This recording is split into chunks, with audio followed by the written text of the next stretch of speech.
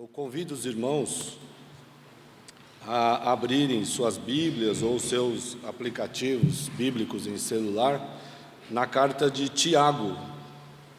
Tiago, capítulo 1, verso 12. Nós vamos ler do verso 12 ao verso 18. Tiago, capítulo 1, verso 12 até o 18, depois de Hebreus, bem ali no finalzinho da Bíblia. Tiago, capítulo 1.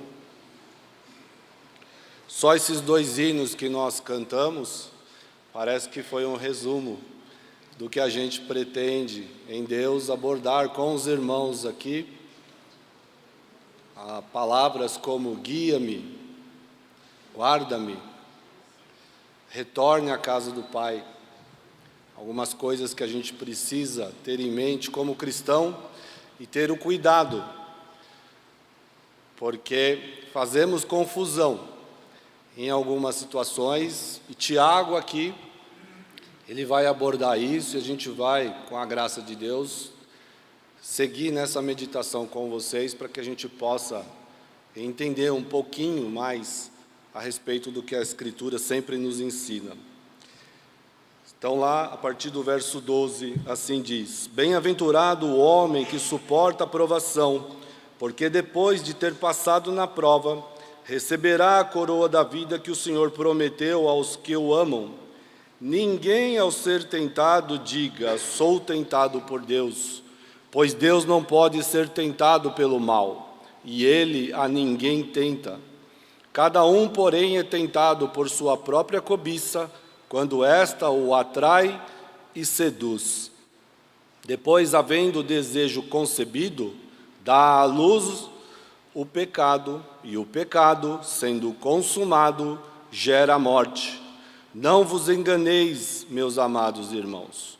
Toda boa dádiva e todo dom perfeito é lá do alto, descendo do Pai das luzes, em quem não há mudança nem sombra de variação. Segundo a sua vontade, Ele nos gerou pela palavra da verdade, para que fôssemos como os primeiros frutos do que Ele criou. Senhor, em nome de Jesus, a Tua palavra foi lida, que a Tua misericórdia, o Espírito Santo nos ajude a meditar e a guardar a Tua palavra em nosso coração, para que possamos continuar a andar debaixo da Tua graça, da Tua misericórdia, e o Senhor em tudo nos guiando. É o que pedimos e te agradecemos já em nome de Jesus. Amém. Como eu disse aos irmãos, esses hinos já fariam um resumo dessa meditação. Eu tenho certeza que os irmãos oraram essa semana, pediram por vocês mesmos, por parentes, por filhos, por várias coisas que são necessárias em nossa vida, na nossa caminhada com Deus. Mas eu pergunto ao irmão: oramos? Não nos deixe cair em tentação, mas livra-nos do mal. Oramos por nossos filhos: não os deixe cair em tentação, mas livre-os do mal. Há uma confusão que às vezes fazemos quando tratamos de três palavras que às vezes se confundem por serem usadas como sinônimos na própria Escritura, que é tentação, provação e um teste. Para que os irmãos tenham uma ideia da confusão, me permitam fazer um comparativo de algo enquanto eu fazia parte dos meus estudos, e eu me deparei com uma reportagem, uma reportagem escrita num veículo eletrônico, onde uma repórter narrava uma situação que ela presenciou, e ela falando, obviamente, do campo humano, do campo material, mas é importante nós termos já desde o início a consciência de que o que está no campo material, no campo das nossas vidas, ele tem sim origem, por vezes, no campo espiritual, se une ao material e terá reflexos no espiritual e também no material. Então, esta repórter narra que ela entrou em uma padaria e presenciou um avô com o seu neto, um junior, e ela ouvia aquele avô dizer consigo mesmo ali sozinho, falando com os seus botões, reclamando que tudo isso é muito injusto, tudo isso é uma tentação, é muita prova para uma simples criança, é muito injusto tudo isso. E a repórter narra que enquanto ela ouvia aquele senhor assim protestar no seu íntimo ali, em tom audível, algumas pessoas diziam, vovô Lelé. E ela diz que falou consigo mesmo, de Lelé ele não tem nada.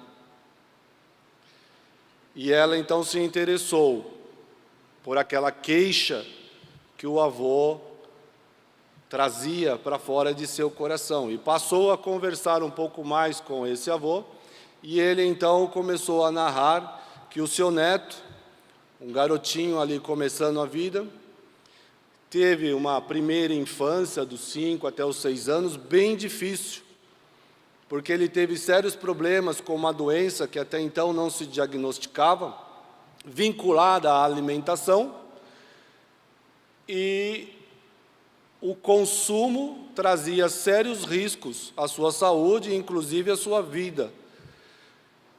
E ele também narrou que, passado um tempo, os médicos conseguiram chegar a um diagnóstico e entregaram aos pais e, por conseguinte, aos avós, às avós, uma extensa lista de alimentos que aquele garoto não poderia fazer uso na sua vida, por conta de colocá-lo em risco com relação à sua saúde e à sua existência como ser humano, privado, portanto, de várias coisas. E ele entendeu, então, o porquê daquela tristeza que brotava do coração do avô. Diante daquela padaria, onde eles se encontravam, com gôndolas coloridas, iluminadas, cercadas de várias coisas.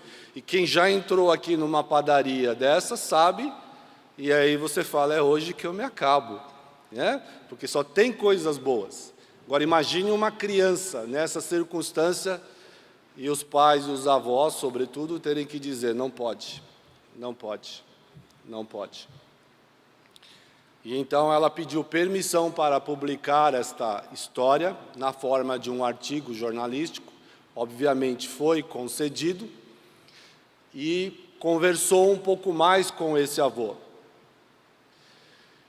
E ele arrematou com uma frase, ampliando um pouco a crítica, a insatisfação dele com o mundo que o cercava, dizendo que está sobrando mulher, está sobrando homem, está sobrando tanta coisa, e de tanta oferta, as pessoas estão confusas, não sabem o que escolher. No mundo de hoje, minha filha, quem sabe o que é bom é rei.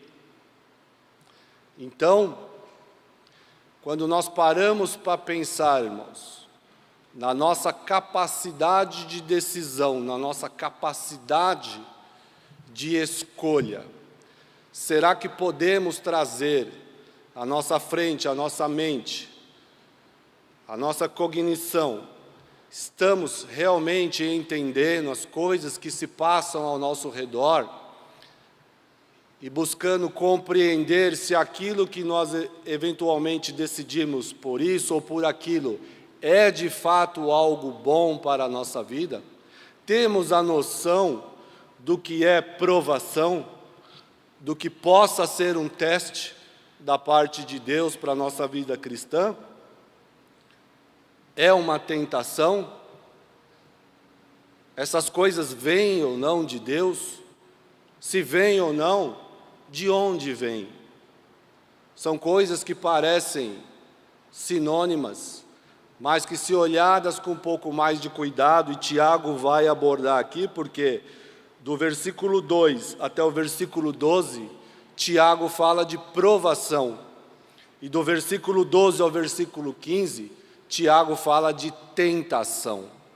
E depois do verso 16 ao 18, Tiago arremata esse entendimento, dizendo que nós temos que ter a noção dessa diferença, porque nós fomos feitos, gerados pela palavra da verdade, para que fôssemos como os primeiros frutos, criados lá no Éden, para que possamos dar frutos dignos de justiça e frutos para a glória de Deus. Mas se nós não soubermos efetivamente a diferença de uma provação e de uma tentação, podemos cair no erro, inclusive, de acusar a Deus de coisas que Ele não patrocina em nossa vida, e homologar outras que não vêm de Deus, mas que seriamente nos comprometem e nos levam a ter problemas na vida, tanto material, física, aqui, quanto na vida espiritual. Então, eu gostaria de pensar com os irmãos a respeito dessa questão, tentação e provação, porque eu tenho certeza que, se você fizer uma análise do que se passou na sua semana, do que talvez você possa estar passando na sua vida, e às vezes até buscando em Deus a resposta para algumas coisas que se passam na sua mente, no seu coração, no sentido de entender o porquê, para quê, é óbvio que tentação e provação são palavras que virão à tona. Por isso a gente precisa saber, efetivamente, distinguir uma coisa da outra. A primeira coisa, portanto, seria nós pensarmos nas características dessas palavras, sobretudo da tentação.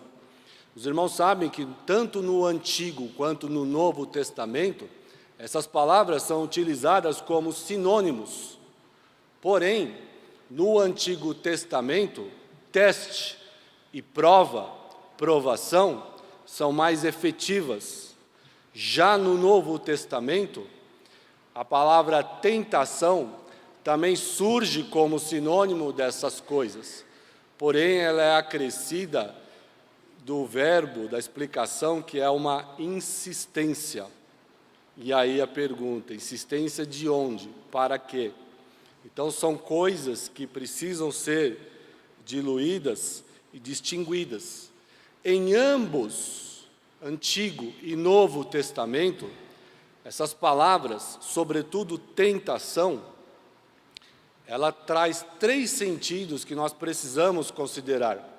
O primeiro é o sentido neutro da palavra, quando são utilizadas para trazer algo à tona que não está revelado, algo que está em nosso interior, em nosso coração, e entenda-se, quando eu falar coração, mente, porque hoje nós sabemos que a sede decisória, volitiva, reside na mente, e não nesse órgão coração.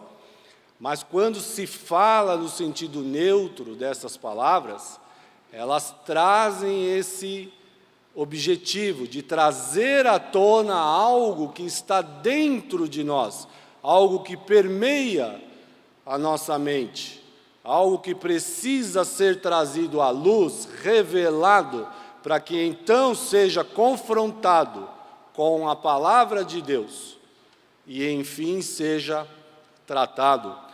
Há o outro sentido, que é o positivo, onde, além de trazer algo à tona, algo que está escondido, que precisa ser revelado, terá o foco de fazer com que aquilo, submetido a uma provação, a um teste, resulte em crescimento para a sua vida, para a sua fé. Foi exatamente o que aconteceu com Abraão, quando Deus resolveu provar a sua fé, determinando que levasse o seu filho ao Monte Moriá, e lá ele oferecesse um sacrifício a Deus.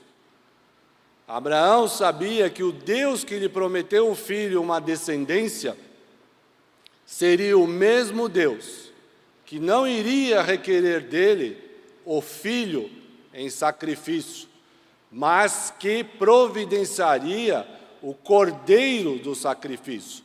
Abraão assim creu, e assim Deus provou a sua fé, veio à tona o que estava em seu coração, que era a fé e a confiança em Deus, que mesmo em momentos derradeiros, difíceis, Deus haverá de dar a saída.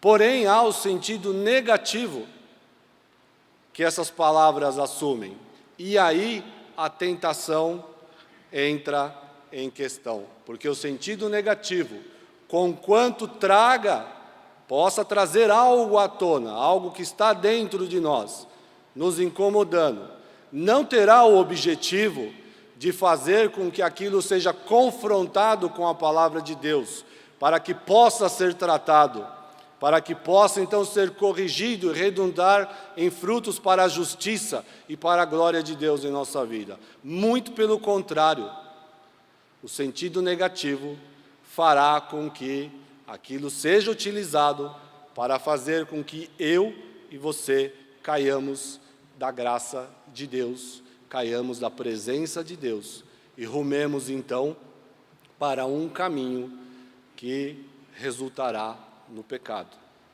Não sei se você se lembra, domingo passado, quando o pastor Leonardo até comentou algo em meio à sua pregação, que era o marketing do pecado. Pois bem, é sobre esse marketing do pecado que a gente está falando, a propaganda do pecado, que é a tentação, que é algo que nos assedia constantemente. Então, em termos de característica, nós precisamos entender o sentido dessas palavras. Quando há o sentido neutro, de trazer algo à tona, quando há o sentido positivo, de fazer com que, vindo à tona, aquilo redunde em crescimento, e eu tenho que entender quando há o sentido negativo, porque aí eu paro, porque então aquilo não busca fazer com que eu cresça diante de Deus e cresça na minha fé, pelo contrário, para que eu caia. E a primeira coisa que nós entendemos como características, e Tiago vai falar aqui no verso 13, ninguém ao ser tentado diga, sou tentado por Deus, porque Deus não pode ser tentado pelo mal, e Ele a ninguém tenta. Tentação não vem da parte de Deus. Ela não tem sentido objetivo de fazer você crescer. Ela terá o sentido negativo de fazer com que você rume para o pecado. E ele fala, em Mateus 26:41, vigiai e orai, para que não entreis em tentação. Jesus dizendo isso. Vigie e ore, para que você não entre em tentação. Porque se você entrar em tentação, você certamente correrá o risco de cair da graça e da presença de Deus. Deus, mesmo se nós decidirmos ignorar essas características e ceder à tentação, Deus nos diz, em 1 Coríntios 10:13, que Paulo, dizendo aos Coríntios, diz, não sobreveio sobre vós tentação que não fosse humana, mas fiel é Deus, que não permitirá que vocês sejam tentados, além daquilo que vocês podem suportar. E com a tentação vos dará também o escape. Então, sabendo identificar na sua vida, quando uma situação se apresenta, ou como prova, ou como um teste para a sua fé, para o seu crescimento, ou como algo que faça com que você caminhe para se apartar da presença de Deus, você já tem condições de saber se aquilo redunda em uma tentação ou uma provação. E você precisa saber que Deus não dará nada a você nem a mim que nós não sejamos capazes de suportar pela sua palavra. Então, como é que eu faço para saber se o que eu estou vivendo é uma provação ou uma tentação? A primeira pergunta, de duas perguntas que eu preciso guardar em mim, para eu entender e fazer essa diferenciação, quando me deparo com uma situação que me coloca em xeque, que possa parecer com algo que provém da parte de Deus, que parece convincente, parece agradável, parece certo, é eu me perguntar: isto pode vir da parte de Deus para mim? Deus mandaria isso para mim?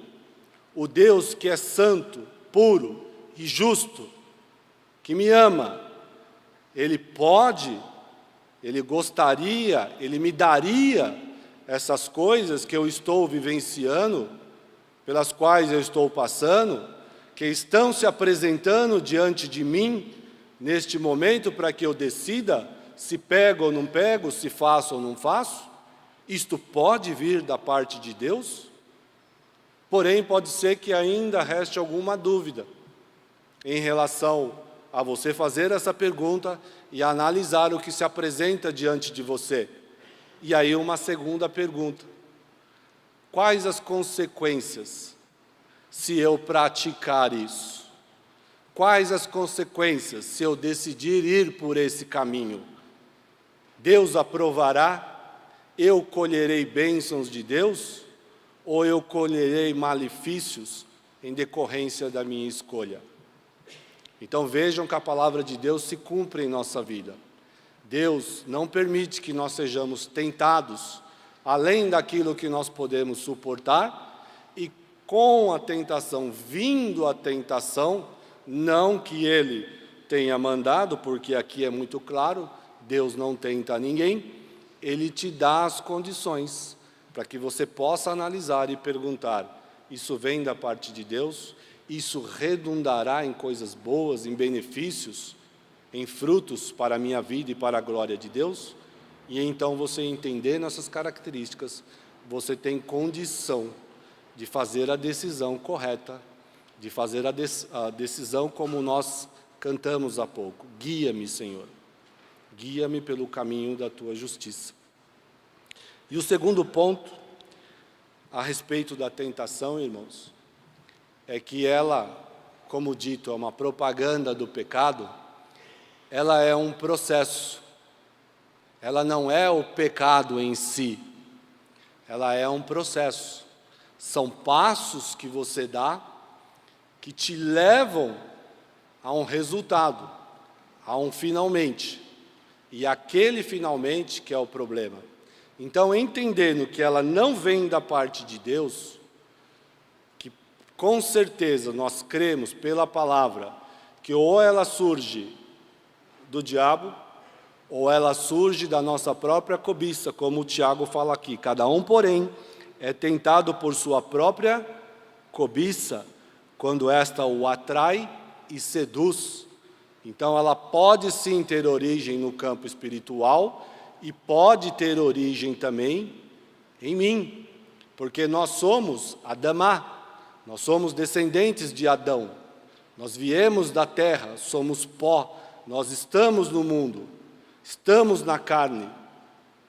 Então nós estamos sujeitos a cometer o erro, a ser fracos e a ceder à tentação.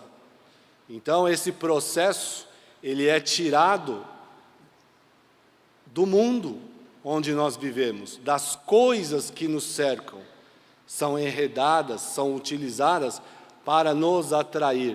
As coisas que estão no mundo, ao alcance de nossos olhos, ao alcance de nossos ouvidos, que então, entrando em nós, atinge o nosso âmago, o nosso íntimo, e então, juntando tudo isso, ela vai visar fazer com que seja desperto em nós a velha criatura, a antiga criatura, aquela que andava sem Deus, em caminhos contrários a Deus. E uma vez, despertando essa criatura, que Tiago aqui vai chamar da nossa cobiça, nos atrai, nos seduz, ela nos leva a um processo decisório, mas um processo decisório corrompido, porque uma vez em nós, sempre vai entrar pela via do emocional, a via da vontade, a sede volitiva nossa, capacidade de escolha, nosso desejo de satisfação, de querer ter, de querer fazer, de oferir algum benefício, que por vezes nós sabemos que é contrário ao que a palavra de Deus diz. É como se nós fôssemos aquela criança na padaria. Você vê aquela gôndola iluminada, repleta de coisas maravilhosas, às vezes sendo convidado a degustar, a tocar, a levar para casa. Mas surge a prescrição dizendo: isso não é bom para você, isso não é o que Deus tem para a minha vida. E uma vez concebida, essa decisão, baseada na sede volitiva, na vontade, eu tenho então a minha capacidade efetiva, decisória, comprometida. E eu decido erroneamente. E Tiago então diz: depois, havendo esse desejo concebido, dá à luz o pecado, e o pecado consumado gera a morte. Concebida a cobiça, concebida a possibilidade de você querer satisfazer aquilo que o Espírito fala para você, isso não é do agrado de Deus, isso não é caminho para você, isso não é ambiente para você, isso não é amizade para você. Essas não são palavras apropriadas a um cristão, esses não são entendimentos esculpidos na minha palavra para que você tenha vida e vida em abundância. E então, quando eu ignoro todas essas coisas, eu concebo o desejo nasce. Desse nascimento vem o pecado, e o pecado gera a morte.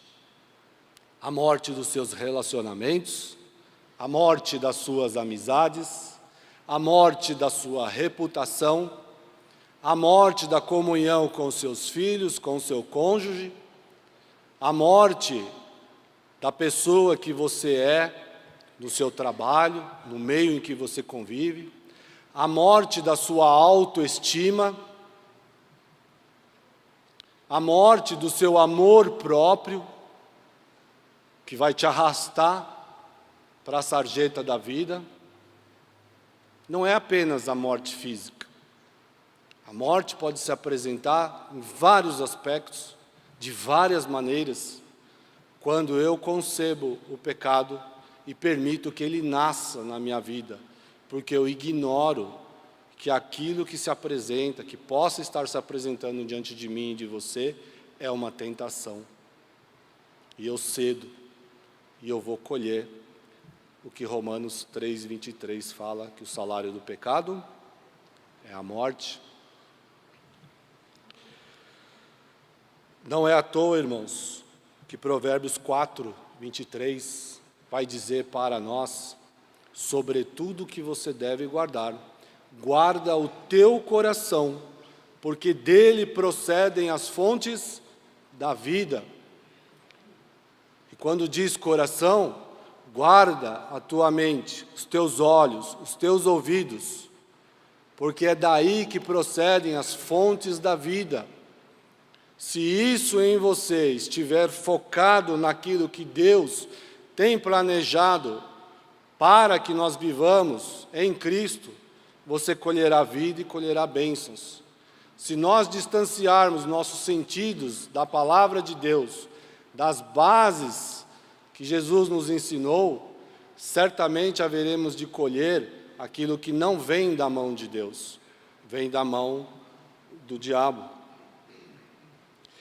E o terceiro e último ponto, que a gente busca alertar os irmãos, entendendo então esses aspectos, essas características de uma tentação e de uma provação. Basta eu perguntar: isso pode vir da parte de Deus para mim? Se a resposta for não, você está diante de uma tentação. Se aquilo resultar, então, coisas negativas para a sua vida, para os seus relacionamentos, você está diante de uma tentação. E então nós entramos no último ponto desse processo, porque, como dito, a tentação em si, ela não é o pecado, mas ela é o caminho para. Ela levará ao pecado. E nós sabemos que pecado é estar apartado de tudo que se chama Deus. É você não estar debaixo da graça de Deus, você não estar em conformidade com o que Deus tem proposto para a sua vida, você não estar em comunhão com o Senhor. Essas coisas são pecados. Tudo que te leva contrariamente a isso é pecado.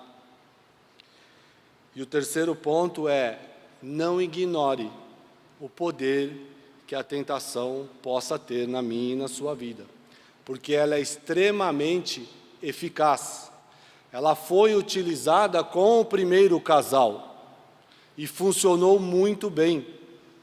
Vejam que esse processo que nós mencionamos aos irmãos, ele se fez presente com Adão e Eva. Viram o fruto. Foi-lhes apresentado algo que era agradável aos olhos, desejoso para dar entendimento, agradável ao paladar. Mas o que a palavra de Deus tinha dito a eles? De tudo podem comer, mas dessa não. Então, quando eu ignoro os avisos, eu cedo, como eles cederam.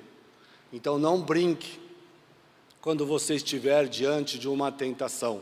Não se fie nas suas próprias capacidades, no seu próprio entendimento, nos seus anos de cristandade. Porque essas coisas, sem o Espírito Santo, sem a palavra de Deus, nada serão entre você e a tentação. Então, esse processo foi extremamente eficaz, porque ele levou eles a pecar. E o diabo usa isso até hoje. Os irmãos sabem que no direito penal há uma coisa que se chama iter criminis, que traduzindo do latim é o caminho do crime. E vejam a correlação com o pecado.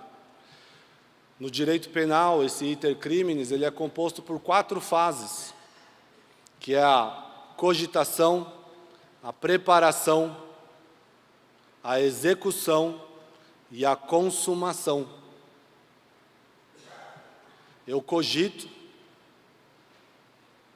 eu decido então me preparar para, eu tomo a decisão de, e enfim eu consumo. Então veja como isso se opera de maneira prática também na vida espiritual. A proposta é feita, você cogita, aquilo é bom, pode ser útil, talvez dê certo, ninguém vai ver. Então eu começo a adotar os procedimentos para chegar naquele resultado. Eu inicio então a prática e por fim a consumação. Mas veja que Deus é tão misericordioso em relação aos homens, que as fases puníveis no direito, ela começa na execução e na consumação. A cogitação e a preparação não são puníveis à luz do direito. E quando se trata do Senhor, se você cogitar, se você se preparar, e ainda que você ande, ainda é possível que você seja alcançado pela graça de Deus, dê meia volta para o seu próprio bem. Então veja que a graça de Deus é ainda maior do que a bondade dos homens. E mesmo quando você, diante de uma tentação, você não ceder a ela, você deve tomar cuidado com uma outra coisa, que é a culpa. Mesmo você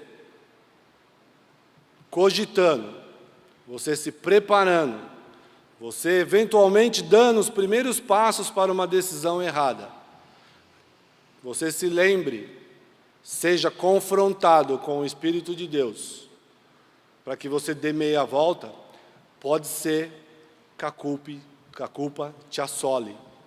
A culpa é outra coisa que não vem da parte de Deus.